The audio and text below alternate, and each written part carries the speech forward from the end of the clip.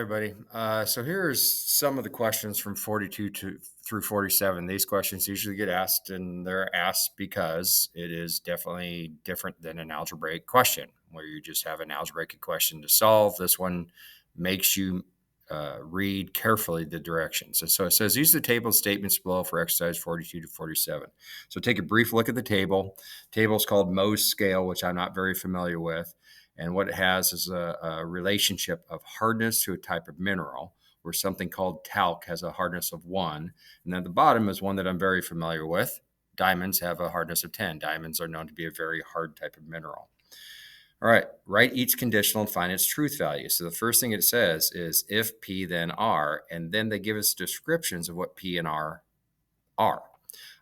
So P is calcite. So we're going to start out, if the mineral is calcite, then R, and R is this one, then it has a hardness of 3. We'll take a look at the table. Here's calcite. Calcite has a hardness of 3.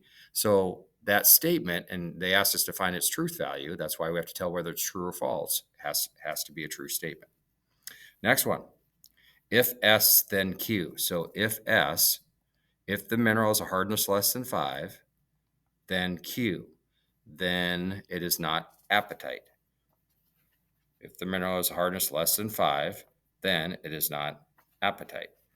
Okay, so what is that? So take a look at the table. So it has a hardness less than 5, so that's 1, 2, 3, and 4. Then it is not apatite. Well, none of those minerals are apatite because it says less than 5.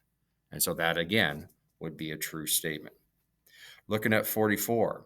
Now, notice 44 is if Q, then S. Do you see the relationship? You can't see it because it's out of the screen. Let me slide it up. Do you see the relationship between 43 and 44?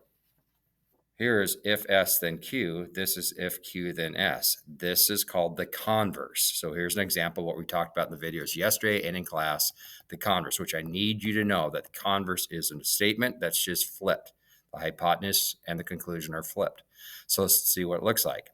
If the mineral is not apatite, then it has a hardness less than 5. Notice these statements are just flipped around, written with if then in if then form.